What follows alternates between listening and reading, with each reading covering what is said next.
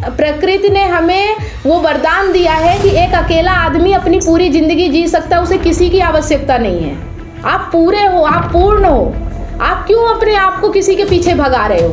मत भगाओ ना, क्यों भाग रहे हो, क्यों लालच कर रहे हो, क्यों कामना कर रहे हो? और आप सोचो ना कि आप जिसके पीछे भाग रहे हो और मिल भी गया तो क्या आप पूरे ज़िंदगी भर के लिए संतुष्ट हो जाते हो? तो रोज का काम है ना? आप किसी के पीछे भाग रहे हो, कुछ मिल भी गया तो भी तो कुछ खाली ही रहता है ना, पूरा थोड़ी हो जाता है। आप इतने सालों से अपनी पत्नी के साथ रह रहे हो, क्या संतुष्टि मिल गई? आगे भी नहीं मिलेगी।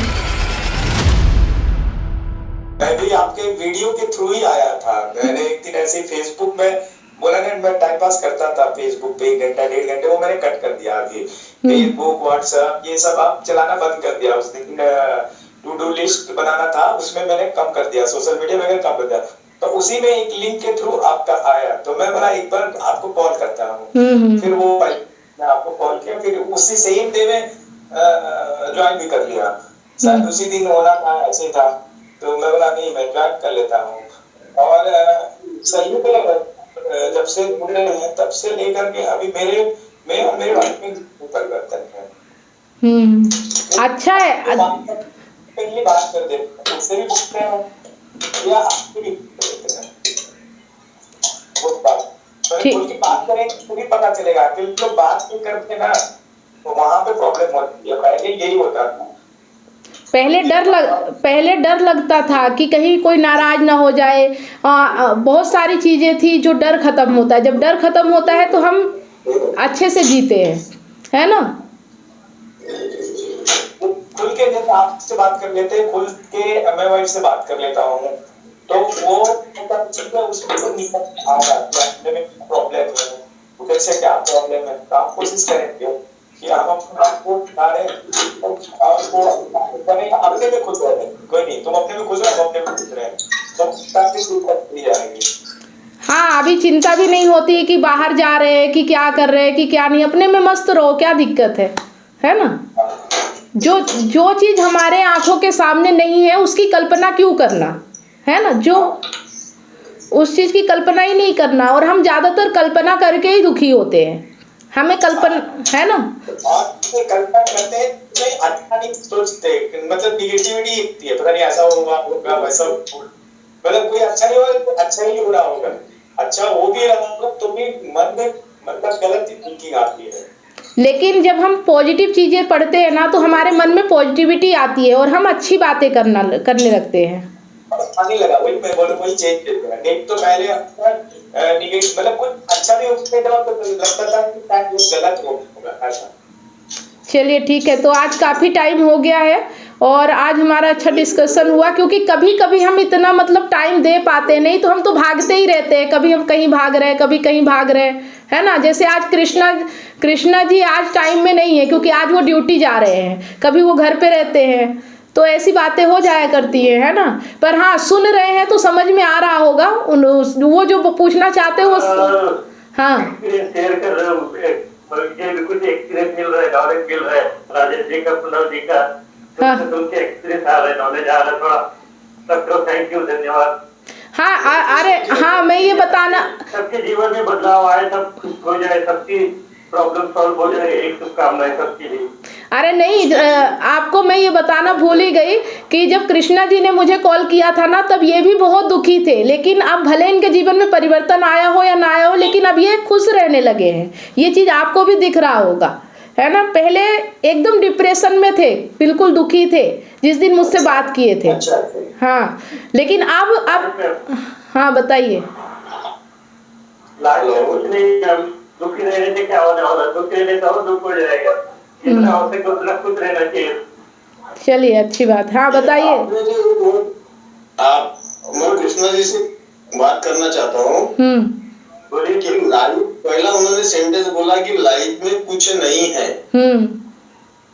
यानी उन्होंने समझ लिया, इतने एक सेंटेंस में मैं समझ गया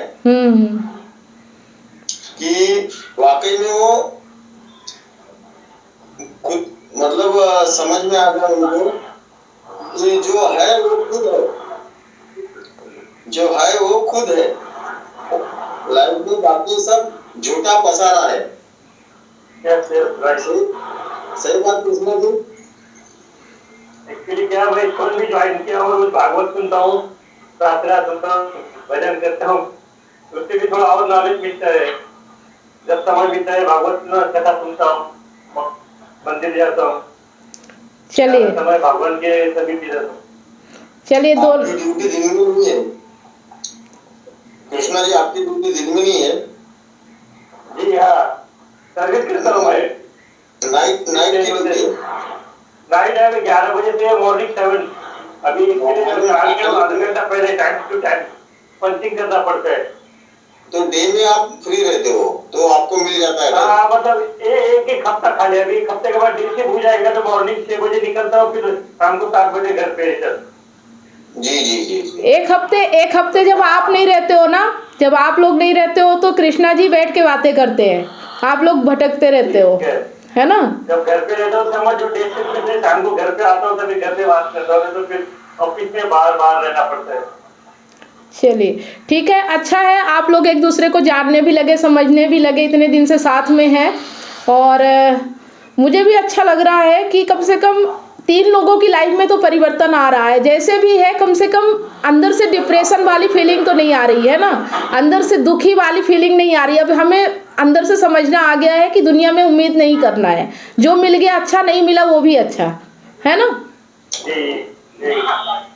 चलिए सवाल इस बात का है कि आपकी वजह से हमें खुश नहीं रहना है। आपका तो क्या कहते हैं उसको, आप तो पूरी तरह से अपने आप को पूरा समर्पित है। ये बात की परिवर्तन इसलिए होगा कि ज्ञान तो आपको लेना पड़ेगा। मैं तो आपको ज्ञान देने वाली हो, आपको तो ज्ञान लेके ही आपको ज्ञानी बनना पड़ेगा। हाँ, मेरा ज्ञान मुझे काम आएगा, आपका ज्ञान आपको काम आएगा, ज्ञान तो सबके लिए एक ही है ना, सत्य तो एक ही है ना, पर वो हम हाँ बोलिए। लेकिन कभी कभी ऐसा क्यों लगता है कि कहीं आपका जैसा ही कॉल आता है तो ऐसा क्यों होता है कि नहीं ये तो मैम का कॉल है, मैं इनको इग्नोर नहीं कर सकता हूँ।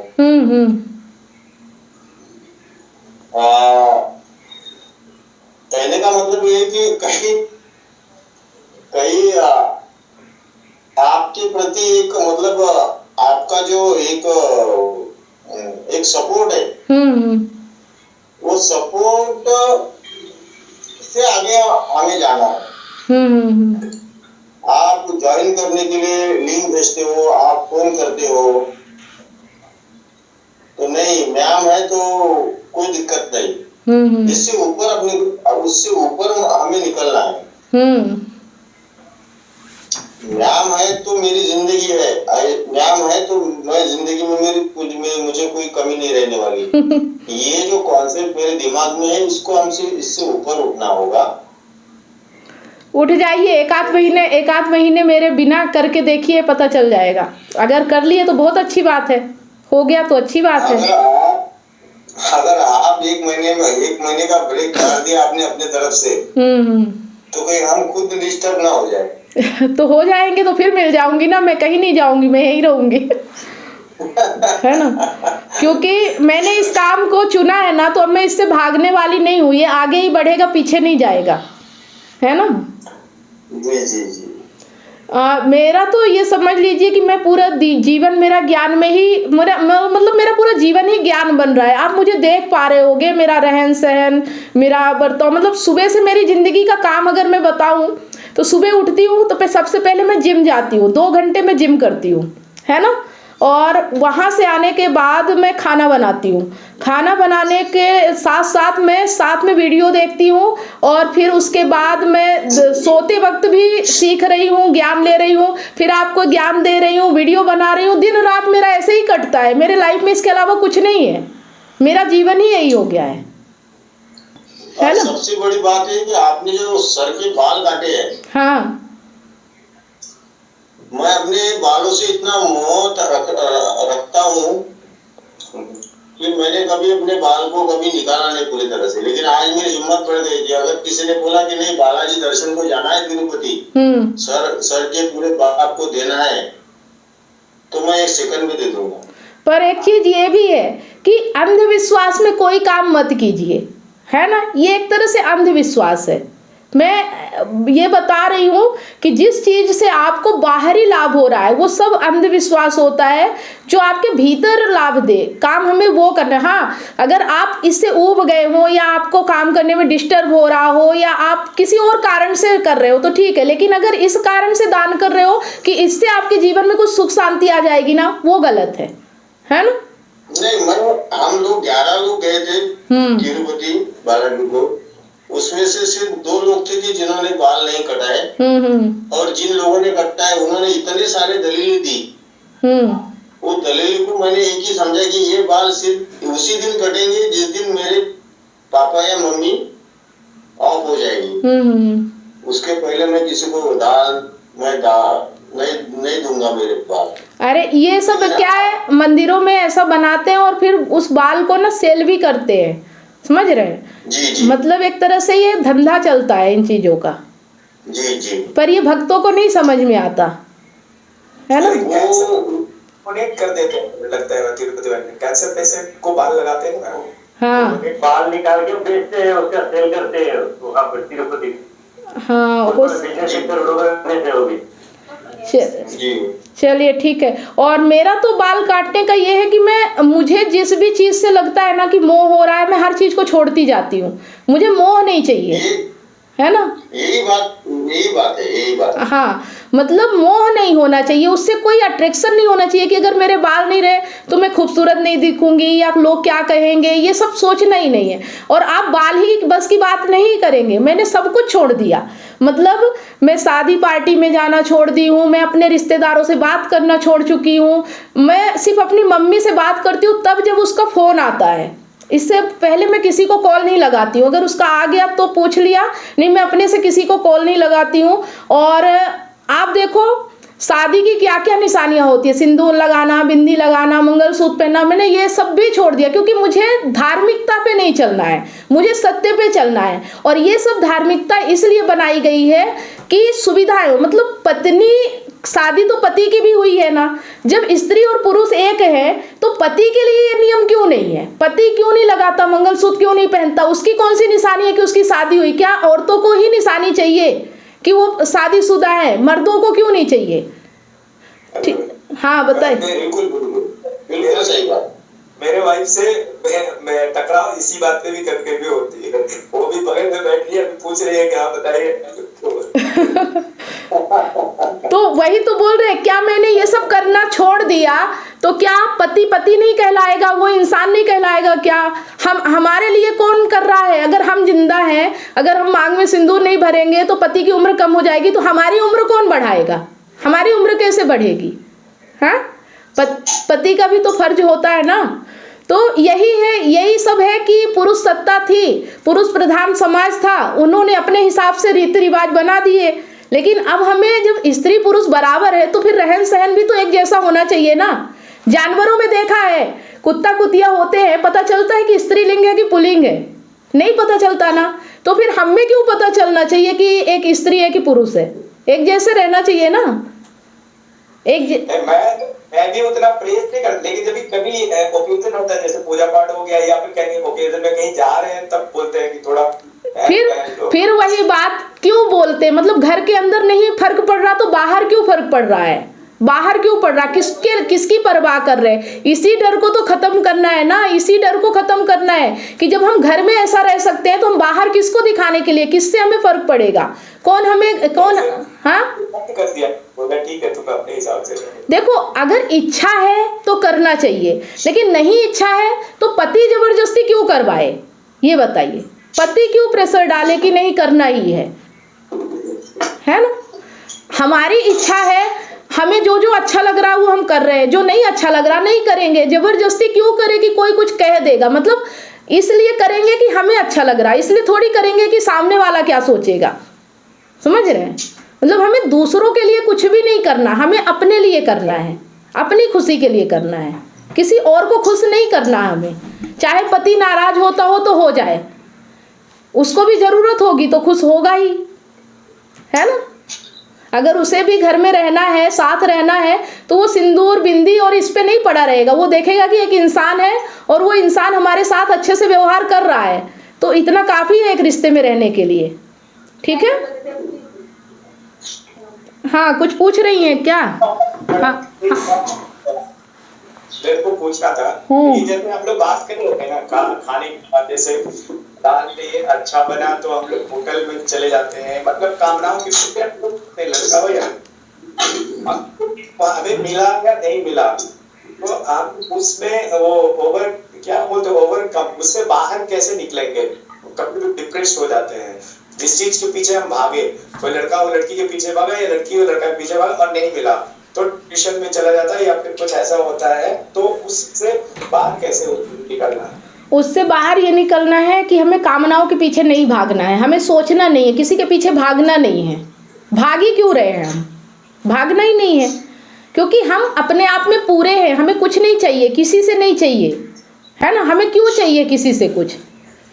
स्त्री और पुरुष का साथ इसलिए होता है ताकि बच्चे जन्म ले सके।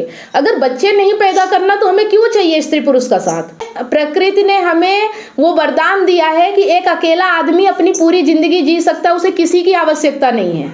आप पूरे हो, आप पूर्ण हो, आप क्यों अपने आप को किसी के पीछे भगा रहे हो? मत भगाओ ना, क्यों भाग रहे हो, क्यों लालच कर रहे हो, क्यों कामना कर रहे हो? और आप सोचो ना कि आप जिसके पीछे भाग रहे हो और मिल भी गया तो क्या आप पूरे जिंदगी भर के लिए संतुष्ट हो जाते हो? तो रोज का काम है ना।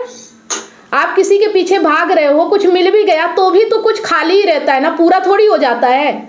आप इतने सालों से अपनी पत्नी के साथ रह रहे हो, क्या संतुष्टि मिल गई? आगे भी नहीं मिलेगी, क्यों भागना किसी के पीछे? और आज के समय में आगे आने वाला समय पता है क्या हो रहा है?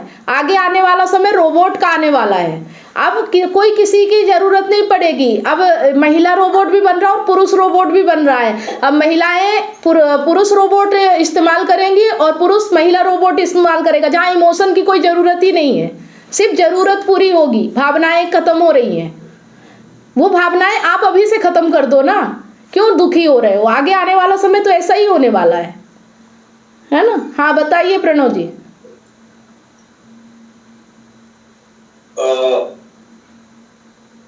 जो शरीर बनता है,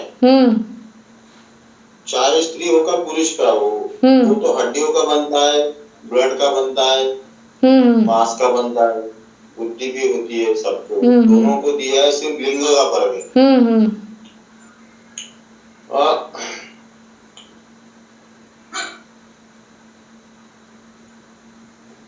जैसा मुझे ऐसा लगता है कि ऐसे डिस्प्यूट क्यों हो रहे हैं एक पति पत्नी में, कि उसको पति की जरूरत नहीं, पति को पत्नी की जरूरत नहीं, ये प्रॉब्लम क्यों क्रिएट हो रही है?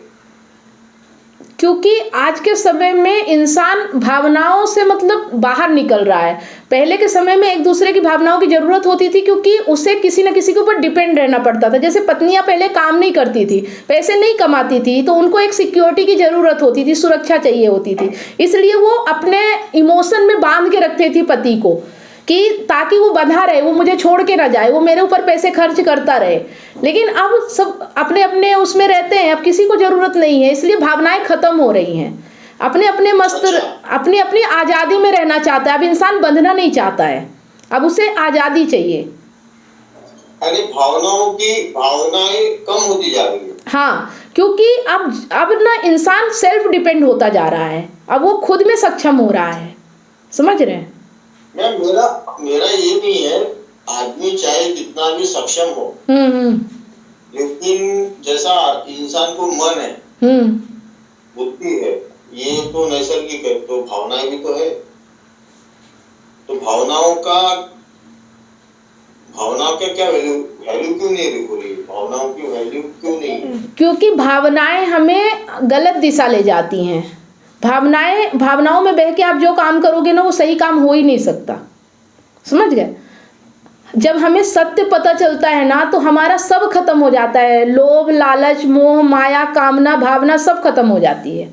फिर हम सिर्फ प्रेम करते हैं, बाकी फिर कुछ नहीं रह जाता। और प्रेम में कुछ भी नहीं आता, ये भावनाएं भावनाएं नहीं आती।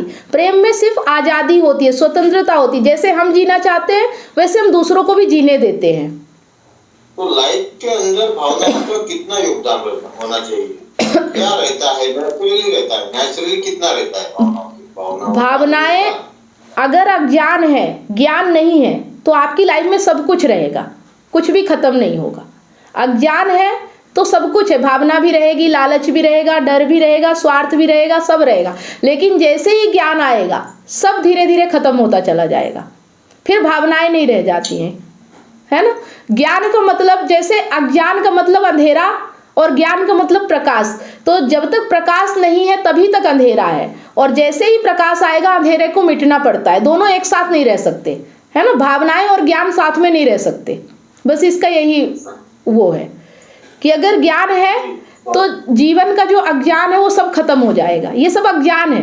भावनाएं, हाँ राइट, मुझे मेरा आंसर मिल गया। भावनाएं और ज्ञान कभी एक साथ नहीं रह सकते। हाँ, आप अगर आपको ज्ञान आ रहा है तो इमोशन नहीं रहेगा, फिर आप किसी के लिए इमोशनल नहीं होगे, है ना।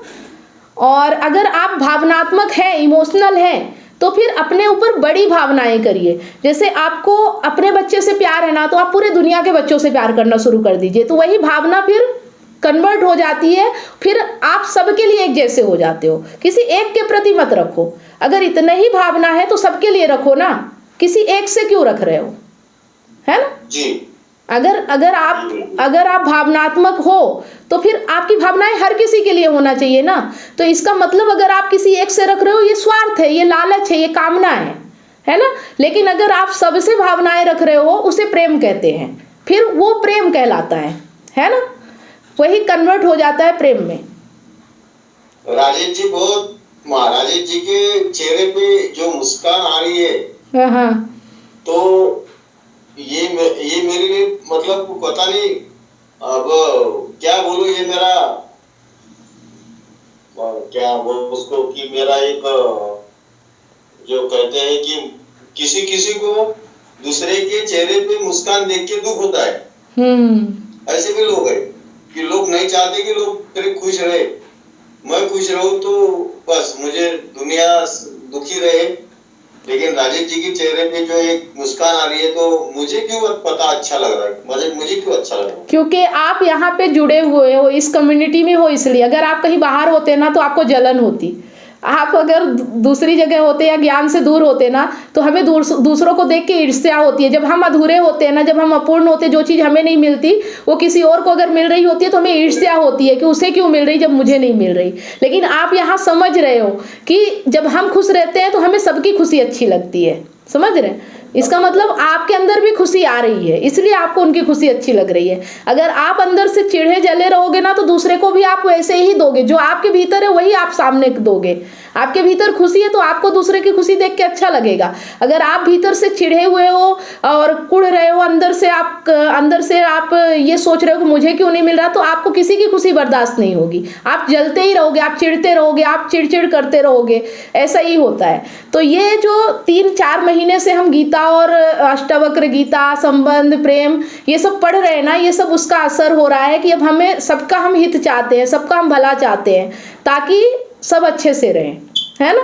और यही हमें करना है। अब हमें अपने परिवार में, अपने समाज में, अपने पड़ोस में, अपने रिश्तेदारी में सबको अच्छा देना है। मतलब हमें अच्छा मिल रहा है तो हमें भी उन्हें अच्छा ही बांटना है। ये नहीं कि हमें मिल कुछ और रहा है और हम उन्हें दे कुछ और रहे हैं। मन नहीं मारना अपना, डरना नहीं है कि वो क्या सोचेंगे। उन्हें जो सोचना है सोचने दो, रिश्ता रखना है रखे, नहीं रखना मत रखने दो।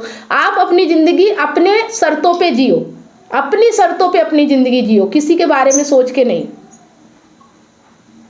मुझे तो खुशी इस बात की है कि राजेश जी जिस प्लेटफॉर्म पे आ गए, जिस प्लेटफॉर्म में राजेश जी है, और उस प्लेटफॉर्म से वो खुश हुए, तो ये प्लेटफॉर्म गलत नहीं है। इतना उसका कंक्लूजन है। अगर वो खुश है तो ये प्लेटफॉर्म कभी गलत नहीं है, और इसका मतलब मैं भी गलत प्लेटफॉर्म पर नहीं आया हूँ। अच्छा, ये बताइए कि अगर जो चीज़ आपको खुशी दे रही है, जो चीज़ आपको समझ दे रही है, जो चीज़ बोध दे रही है, वो गलत कैसे हो सकती है? जो आपको अंधविश्वास से बाहर निकाल रही है, जो आपको नैतिकता सामाजिकता से बाहर निकाल रही है, वो चीज़ गलत कैसे हो सकती है? अगर गलत होती तो आप दुखी होते, है ना? मैंने ऐसे भी लोग देखे जहाँ पे लोग खुशियों के लिए बार बार जाते हैं, नाउम्मीद होते हैं, फिर भी वहां जाते हैं, नाउम्मीद होते हैं, फिर भी वहां जाते हैं। आज के समय में बहुत से बाबा ऐसे हैं, आप देखोगे सोशल मीडिया पे, जहाँ बहुत भीड़ लगती है, जहाँ बैठने की जगह नहीं होती, लोग लाखों रुपए वहाँ दान करके आते हैं, लेकिन फिर भी उन्हें उनके घर में आने के बाद वही सब चीज़ें होती है, कोई अंतर नहीं होता है, क्योंकि चीज़ें बाहर से नहीं बदल सकती, चीज़ें आपके भीतर से बदलेंगी। और लोग बाहर कर्मकांड करके आ रहे हैं, तो कैसे हो जाएगा? वो सोचते हैं कोई दूसरा चमत्कार करेगा, कैसे हो जाएगा? अगर इतना ही चमत्कार होता तो दुनिया अलग नहीं हो जाती? दुनिया में इतना दुख क्यों होता, ये बताओ? अगर चमत्कार होता तो दुनिया में इतना दुख क्यों होता? हाँ, लेकिन जो भी, हाँ, लोग गलत पेज में फंसे हुए हैं कि वहां जाके अपना समस्या का समाधान हो जाएगा, और उसका मिसयूज यानी उसकी क्या बोलते मजबूरी का गैर इस्तेमाल जिस भी आश्रम में जाते हैं वहां पे किया जाता है। अब आप देखो, यहाँ पे आप सिर्फ 1,000 रुपये दे रहे हो, हर मंथ उतना ही है, मान बढ़ेगा भी तो थोड़ा बहुत जो हमारा चार्ज बढ़ेगा वो चार्ज यहाँ भी थोड़ा बहुत बढ़ जाएगा, लेकिन वहाँ पे क्या होता है, डोनेशन के नाम पे आप जितना भी दे सकते हो दे दो, सब अच्छा ही होगा। लोग कार दान कर रहे हैं, लोग लाखों रुपए दान कर रहे हैं, लोग गहने दान कर रहे हैं, लोग पता नहीं क्या क्या दान करके आते हैं, अपना सब लुटा के आ जाते हैं, समझ रहे हो? और वहां पे मैं आपको, हाँ बताइए। मैं आपसे ऐसे नहीं जुड़ा हूँ, ये सब मैंने पहले चक्कर काट के आया हूँ। जो आप बोल रहे ना, हाँ। ये सब चक्कर में काट के आया हूँ, हासिल कुछ नहीं हुआ, नहीं होता। और यहाँ पे आप 3-4 महीने से हो, देखो भीतर से आपके अंदर बदलाव आ रहा है, ये चीजें हमें समझना पड़ेगा कि बदलाव कहाँ से आ रहा है। आप करके देखो ना बाहर। मैं तो कभी मतलब इन चीज़ों पे मैंने कभी विश्वास किया ही नहीं, ना भूत प्रेत पे किया, ना बाबाओं पे किया, ना कभी कुछ। मैं सिर्फ एजुकेशन को ही मानती हूँ, लाइफ एजुकेशन, जो गीता है, अष्टवक्र गीता है, कबीर साहब की है, ताओ ते चिंग है, बहुत सारी ऐसी किताबें हैं जो आपके मन को समझती है। जो जब भीतर से आप समझ जाते हो ना कि ज़िंदगी क्या है, तो फिर आप ज़िंदगी जी पाते हो। नहीं, उन चीज़ों में जाने के बाद आपका डर और बढ़ जाता है, यहाँ आने से आपका डर खत्म होता है। यही प्रमाण है, और कुछ प्रमाण करने की जरूरत नहीं, आपको अपने आप में प्रमाण मिलेगा, कहीं बाहर से प्रूफ की जरूरत नहीं है। आप अपने आप में देखो कि यहाँ आने से आपका डर खत्म हो रहा है और वहाँ जाने से आपका डर बढ़ जाता है, बस यही प्रमाण है, समझ रहे हो? वहाँ जाने से आपका डर बढ़ता कैसे है कि अगर हम भगवान की पूजा नहीं करेंगे, टाइम पे नहीं करेंगे, नहा के नहीं करेंगे, तो ऐसा नुकसान हो जाएगा, समझ रहे हो? लेकिन यहाँ आप गीता पढ़ रहे हो, चाहे आप नहा के बैठो, चाहे आप बिना नहाए बैठो, कोई फर्क नहीं पड़ता। चाहे आप कपड़े पहन के बैठो, चाहे आप बिना कपड़े के बैठो, चाहे आप जैसे भी बैठ जाओ, और बस सीख रहे हो ना, तो आपकी ज़िंदगी बदल रही है। यहाँ कोई मान्यताएं नहीं है, कोई धारणाएं नहीं है। मैंने कभी आपको नहीं बोला कि आप योग करो, कि आप मेडिटेशन करो, कि आप पूजा करो, कि आप कुछ करो, फिर भी बदलाव आ रहा है। बिना कुछ किए बदलाव आ रहा है, सिर्फ समझने से, सिर्फ जानने से। कोई विधि यहाँ नहीं लगाई जा रही है। यहाँ आप देखो ना कि हम कौन सी विधि लगा रहे हैं, यहाँ कोई विधि हम नहीं लगा रहे, बल्कि यहाँ हम सारी विधियों को छोड़ रहे हैं। यहाँ हमने आज तक जितनी विधियाँ सीखी है ना, उनको छोड़ रहे हैं, और छोड़ने मात्र से हम सुखी हो रहे हैं, ना कि पकड़ने से। ठीक है?